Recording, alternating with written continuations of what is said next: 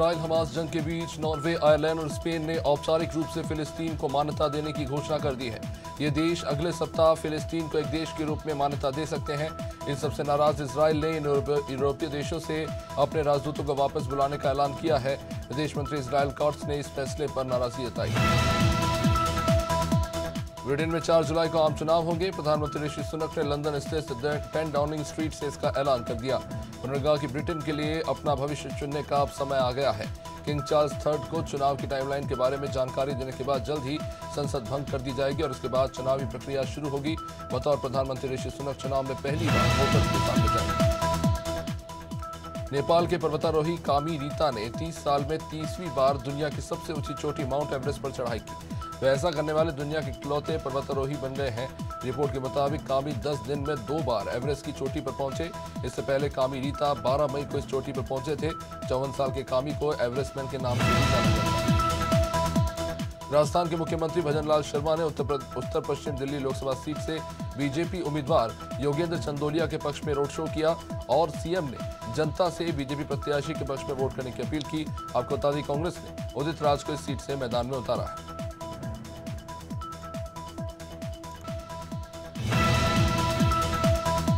सिद्धार्थनगर जिला मुख्यालय पर आजाद समाज पार्टी के समर्थक में चुनावी रैली का आयोजन किया गया, जिसमें पूर्व मंत्री स्वामी प्रसाद मौर्य के साथ आजाद समाज पार्टी के राष्ट्रीय अध्यक्ष चंद्रशेखर आजाद शामिल हुए। जनसभा को संबोधित करते हुए दोनों ही नेताओं ने एनडीए और इंडिया गठबंधन पर जमकर हमला बोला। इस दौरान नेताओं ने आजाद समाज पार्टी उम्मीदवार अमर सिंह चौधरी को वोट देकर भारी मतों से जिताने की अपील।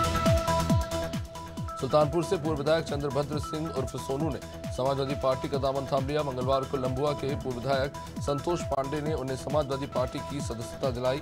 मीडिया से रूबरू हुए सोनू सिंह ने कहा कि उन्होंने 2019 में बसपा सपा गठबंधन से चुनाव लड़ा था, लेकिन वह चंद मतों से हार गए थे। इस बार सुल्तानपुर की जनता मेनका गांधी को जवाब दिया। इलाहाबाद हाईकोर्ट ने बांदा के सीजीएम भगवान दास गुप्ता के खिलाफ तल्ख टिप्पणी की।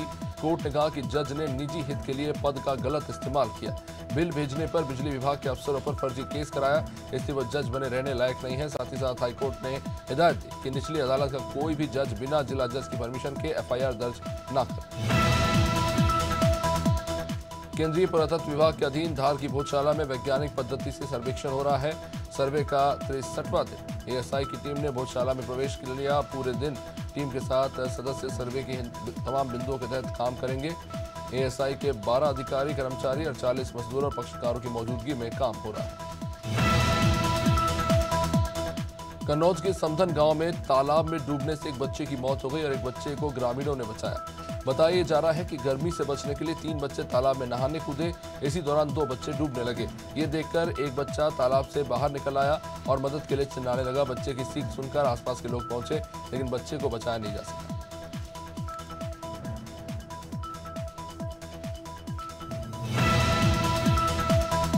फतेहपुर जिले में पुलिस ने हत्या का खुलासा किया। पुलिस ने मृतक के दामाद और उसके छोटे भाई पर मामला दर्ज किया है। छोटे भाई को गिरफ्तार कर लिया गया है। एसपी उदय शंकर सिंह ने बताया कि कुछ दिनों पहले महरहा गांव में बुजुर्ग का शव मिला था। जांच में ये पता चला कि ससुर ने दामाद को जायदाद में हिस्सा देने से मना कर दिया, जिससे नाराज होकर दामाद ने छोटे भाई के साथ मिलकर अपने ही ससुर की हत्या कर दी।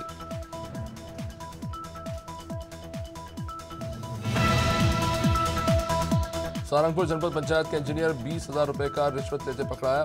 ये रिश्वत ग्राम पंचायत सुल्तानिया के सरपंच से मांगी गई थी। इंजीनियर ने निर्माण कार्य के मूल्यांकन के लिए 10% कमीशन के हिसाब से 67,000 रुपए की मांग की थी। फरियादी की शिकायत पर लोकायुक्त भोपाल की टीम ने 20,000 रुपए की रिश्वत लेते आरोपी को राजगढ़ से दबोच लिया। जांजगीर चांपा में पुलिस ने अवैध शराब पर कार्रवाई की। पुलिस ने 177 लीटर महुआ शराब के साथ 5 आरोपियों को गिरफ्तार किया। इसमें 2 महिला आरोपी भी शामिल हैं। जानकारी के मुताबिक पुलिस को अलग अलग जगहों पर अवैध शराब की बिक्री की सूचना मिली थी। इस पर पुलिस ने कार्रवाई की।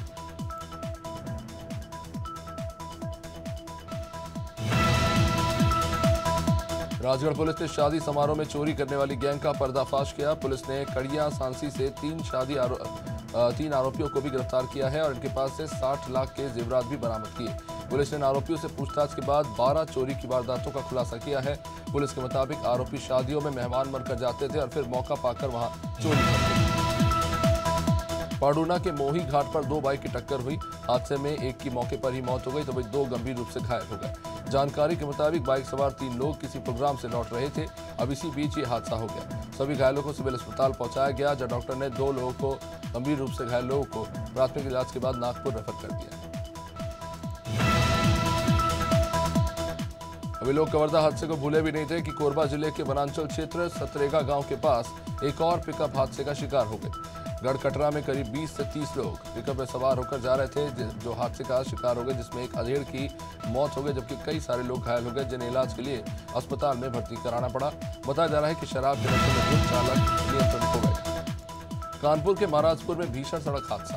यहाँ कानपुर प्रयागराज हाईवे पर तेज रफ्तार कार ने 5 महिलाओं को ठोकर मार दी। इस हादसे में 4 महिलाओं की मौत हो गई और एक महिला गंभीर रूप से जख्मी हो गई, जिसे मौके पर पहुंची पुलिस ने शवों को पोस्टमार्टम के लिए भेजा और मामले की जांच शुरू की।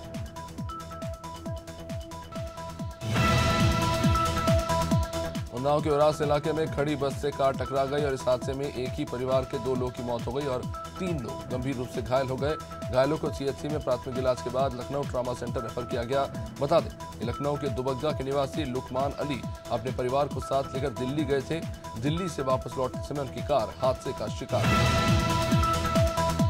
बुरहानपुर जिले के दौलतपुरा के अम्बेडकर वार्ड में मकान की दीवार गिरने से 4 लोग दब गए, जिसमें से एक मासूम की जान चली गई, तो वहीं अन्य 3 गंभीर रूप से घायल हो गए, जिनका इलाज जिला अस्पताल में जारी है। दरअसल ये लोग सभी नए मोहल्ले में शादी में खाना खाने जा रहे थे, लेकिन धूप तेज होने के कारण कुछ देर के लिए एक दीवार की छांव के सहारे खड़े हुए, तभी यह हादसा हो गया।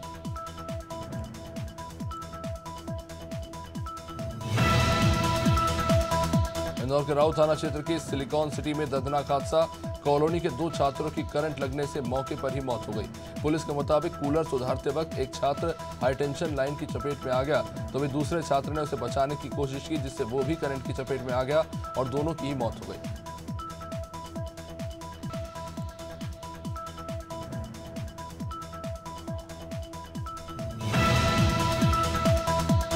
अंबिकापुर के मेडिकल कॉलेज अस्पताल में अचानक आग लग गई, जिससे पूरे अस्पताल में अफरा तफरी मच गई। मरीज इधर से उधर भागने लगे। काफी मशक्कत के बाद आग पर काबू पाया जा सका। आग शॉर्ट सर्किट की वजह से लगी है। इस आगजनी में किसी प्रकार की कोई जनहानि नहीं हुई। घटना के बाद जिला कांग्रेस कमेटी के पदाधिकारी और महापौर ने अस्पताल का जायजा लिया। शिवपुरी जिले के कोलारस कस्बे में संचालित 2 दुकानों में अचानक जबरदस्त आग लगी। सूचना मिलते ही फायर ब्रिगेड की टीम वहां पहुंची और आग पर काबू पाया गया। इस घटना में दोनों दुकानदारों को लाखों का नुकसान हुआ है। आग लगने के कारणों का पता नहीं चल सका है। आपको बता दें, इस समय रहते आग पर काबू पा लिया गया। आसपास की छोटी बड़ी दुकानों में आग फैलने से बच गई। लोकसभा निर्वाचन के तहत मतगणना कार्य के लिए मुंगेली जिला कलेक्ट्रेट में काउंटिंग सुपरवाइजर, सहायकों और माइक्रो ऑब्जर्वर्स को प्रशिक्षण दिया गया। जिला निर्वाचन अधिकारी राहुल देव ने सभी अधिकारी कर्मचारियों को निर्वाचन आयोग के नियमों के तहत पूरी सतर्कता से काम करने के निर्देश दिए। जिला निर्वाचन अधिकारी ने कहा कि 4 जून को मतगणना का काम होना है, जिसके लिए प्रशिक्षण का आयोजन किया गया। सूरजपुर में एक यातायात पुलिसकर्मी का वीडियो सोशल मीडिया पर वायरल हो रहा है, जिसमें पुलिसकर्मी ट्रक ड्राइवर से पैसे के लेन देन को लेकर बहस कर रहा है। जानकारी के मुताबिक नो एंट्री जोन में एक ट्रक घुस गया और इसी को लेकर ड्राइवर और ट्रैफिक पुलिस के बीच में विवाद हो गया। तो जिले के यातायात प्रभारी का कहना है कि वीडियो में अगर कुछ गलत मिलता है तो कार्रवाई की जाएगी। गरियाबंद में निजी अस्पताल में आदिवासी महिला की मौत के मामले में परिवार वालों ने जिला प्रशासन से न्याय की गुहार लगाई। पीड़ित परिवार ने कलेक्टर और एसपी से दोषियों पर आपराधिक प्रकरण दर्ज करने की मांग की। परिवार वालों का कहना है कि निजी अस्पताल की लापरवाही के चलते महिला की मौत हो गई।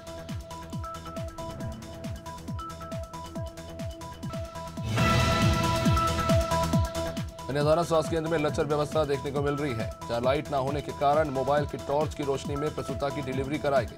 परिवार वालों का कहना है कि वो अपनी बहू की डिलीवरी के लिए उसे अस्पताल लाए, लेकिन यहाँ लाइट की कोई व्यवस्था ही नहीं थी। नाराज बुजुर्ग ने बताया कि अस्पताल में किसी भी चीज की कोई व्यवस्था नहीं।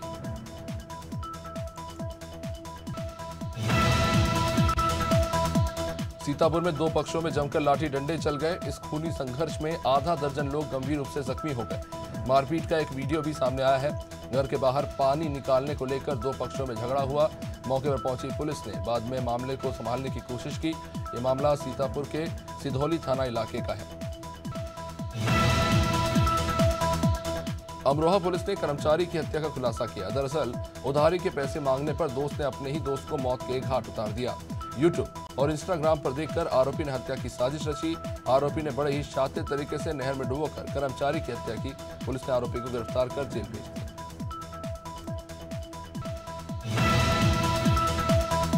सूरजपुर जिले की रामानुजगढ़ पुलिस ने अपहरण कर दुष्कर्म करने वाले आरोपी को गिरफ्तार किया। आरोपी ऋषि पटेल 17 साल की नाबालिग लड़की का अपहरण कर जबरन उसके साथ उसने शारीरिक संबंध बनाए। लड़की के परिवार वालों ने थाने में इसकी शिकायत की, जिसके बाद पुलिस ने आरोपी के खिलाफ अपहरण का केस दर्ज किया है। आरोपी के घर से नाबालिग को बरामद किया। महासमुंद पुलिस ने जमशेदपुर और झारखंड से 6 सटोरियों को गिरफ्तार किया। आरोपी के पास से 3 लैपटॉप, 1 करोड़ का ट्रांजैक्शन और 5 लाख रुपए एक खाते से बरामद हुए। आरोपी युवाओं को रुपए का लालच देकर उनके नाम से खाता खुलवाते थे और सट्टेबाजी करोड़ों रुपए का ट्रांजैक्शन करवाते थे।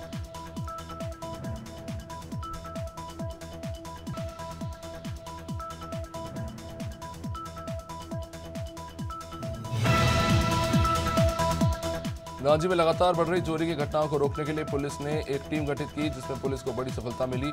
5 चोरियों की घटनाओं को अंजाम देने वाले 2 आरोपियों को गिरफ्तार किया गया। इनके पास से सोने चांदी के जेवरात, टैबलेट, कुछ नकदी समेत 2 मोटरसाइकिलों को जब्त किया गया है।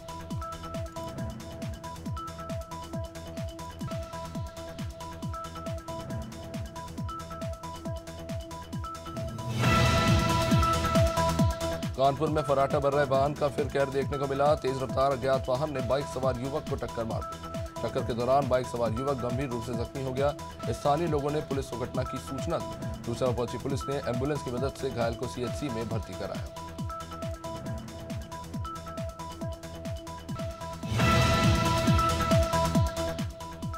जबलपुर में आपराधिक घटनाओं को रोकने के लिए रेलवे स्टेशन के आउटर पर 16 कैमरे लगाए गए हैं। ऐसे में जीआरपी थाना प्रभारी ने आउटर में जाकर निरीक्षण भी किया। थाना प्रभारी ने बताया कि कैमरों से कोई छेड़छाड़ नहीं करे, इसको लेकर निरीक्षण किया गया है। इस दौरान सभी सीसीटीवी कैमरे हालांकि दुरुस्त पाए गए। उन्होंने बताया कि सीसीटीवी कैमरों की मदद से अपराधियों को पकड़ने में सफलता मिली। कोरबा के सोनपुरी रेत घाट में करीब 3 लाख रुपए से ज्यादा का अवैध रेत स्टॉक करके रखा गया था। इस पर ना तो खनिज विभाग और ना ही पुलिस कार्रवाई कर रहा था।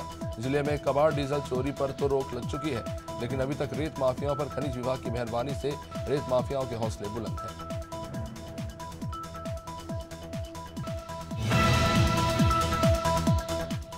शेयर बाजार में आज बढ़त देखने को मिल रही है। सेंसेक्स 200 अंक से ज्यादा की तेजी के साथ 74,450 के स्तर पर कारोबार कर रहा है। वहीं निफ्टी में भी 50 अंक से ज्यादा की बढ़त है। ये 22,650 के स्तर पर कारोबार कर रहा है।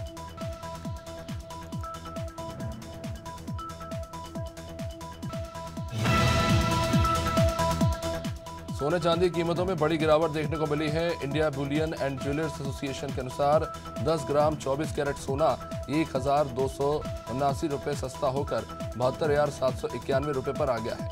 अगर चांदी की बात करें तो 1 किलो चांदी 3,476 रुपये सस्ती होकर 79,410 रुपये प्रति किलोग्राम में बिका। नेपाल के स्पिनर संदीप लामिछाने को नेपाल स्थित अमेरिकी दूतावास ने वीजा देने से ही इनकार कर दिया। लामिछाने को हाल ही में दुष्कर्म के मामले में हाईकोर्ट ने बरी कर दिया है। इसके बाद से ये उम्मीद की जा रही थी कि वो T20 वर्ल्ड कप में टीम का हिस्सा होंगे। संदीप ने सोशल मीडिया पर अमेरिकी दूतावास की ओर से वीजा नहीं दिए जाने की जानकारी दी। Olympic medallist PV Sindhu Malaysia Masters super 500 badminton tournament के दूसरे राउंड में पहुंच गई हैं। सिंधु ने कुआलालंपुर में टूर्नामेंट में खेले गए पहले राउंड में स्कॉटलैंड के क्रिस्टो गिलमोर को सीधे गेमों में हराया। दुनिया की 15वें नंबर की खिलाड़ी सिंधु ने उबेर कप और थाईलैंड ओपन में भाग नहीं लिया था। राजस्थान रॉयल्स आईपीएल एलिमिनेटर में रॉयल चैलेंजर बेंगलुरु को 4 विकेट से हराकर क्वालीफायर 2 में जगह बना ली है। अहमदाबाद में बुधवार को राजस्थान ने टॉस जीतकर गेंदबाजी चुनी। बेंगलुरु ने 20 ओवर में 8 विकेट पर 172 रन बनाए। राजस्थान ने 19 ओवर में 6 विकेट गंवाकर ये टारगेट हासिल कर लिया। राजस्थान अब सनराइजर हैदराबाद से 24 मई को क्वालीफायर 2 में भिड़ेगा।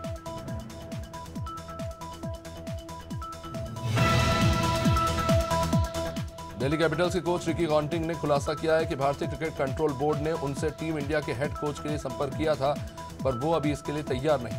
हालांकि उनका बेटा चाहता है कि वो इस जिम्मेदारी को संभाले। पॉन्टिंग ऑस्ट्रेलियाई T20 और वनडे टीम के साथ काम कर चुके हैं।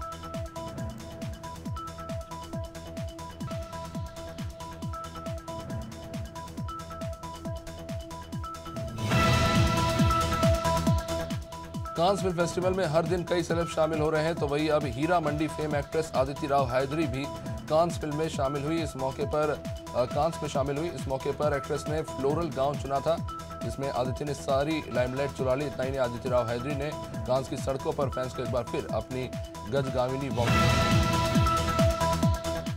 प्रभास की मोस्ट अवेटेड फिल्म कल की 2898 AD का नया टीजर रिलीज हो चुका है। अब इस फिल्म में एक खास तरह के किरदार को इंट्रोड्यूस कराया गया है जिसका नाम बुज्जी है।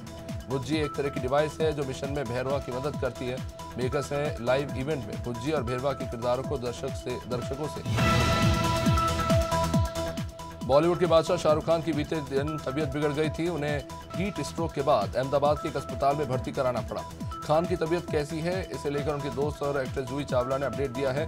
जूही ने बताया कि शाहरुख खान की तबीयत में अब सुधार है और वे काफी बेहतर महसूस कर रहे हैं।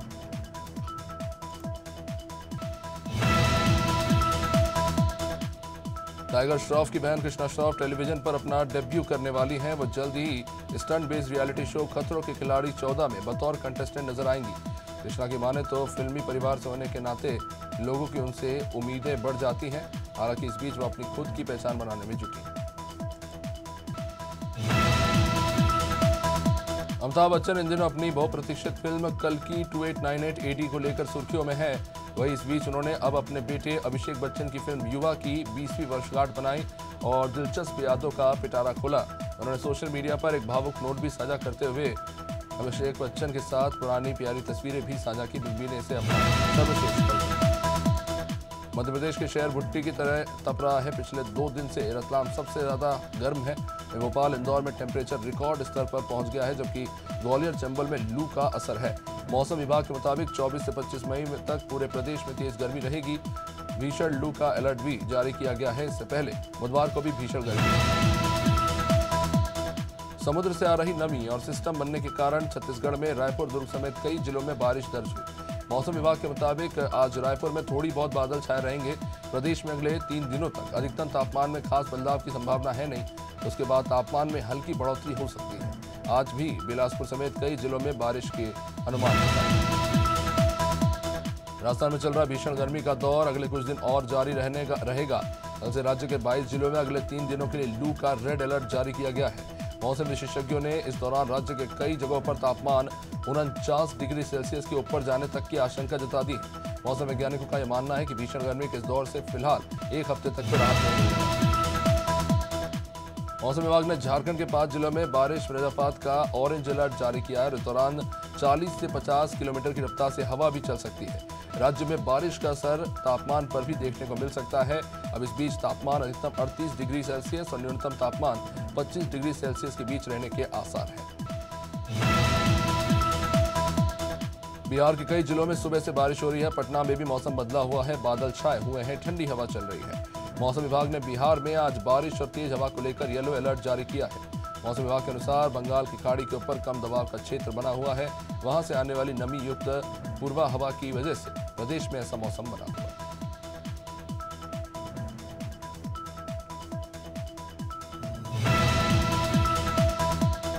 चंडीगढ़ में गर्मी से सभी लोगों को राहत नहीं मिलने वाली है। दिन के साथ ही अब रात का तापमान भी चढ़ने लगा है। अधिकतम तापमान 40 डिग्री के पार चला गया है, जबकि न्यूनतम तापमान 31 डिग्री तक पहुंचा है, जो कि बीते 24 घंटे में 2.5 डिग्री बढ़ा है। ये सामान्य तापमान से 5.5 डिग्री ज्यादा है। मौसम विभाग ने 27 मई तक हीट वेव का रेड अलर्ट जारी किया है।